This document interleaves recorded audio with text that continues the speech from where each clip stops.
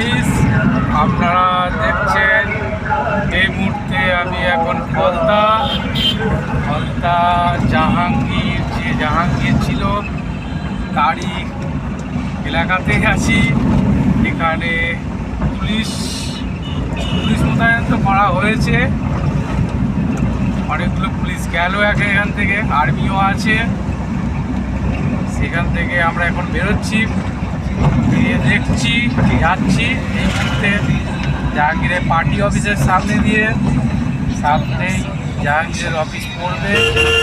এখানে দ্বিতীয়বার আবার ভোটের ঘোষণা করা হয়েছে। এখানেই তো দাদাভাই দেখতে পাচ্ছেন দাঁড়িয়ে আছে একজন আর্মি ম্যান। এই হচ্ছে জাহাঙ্গীরের অফিস।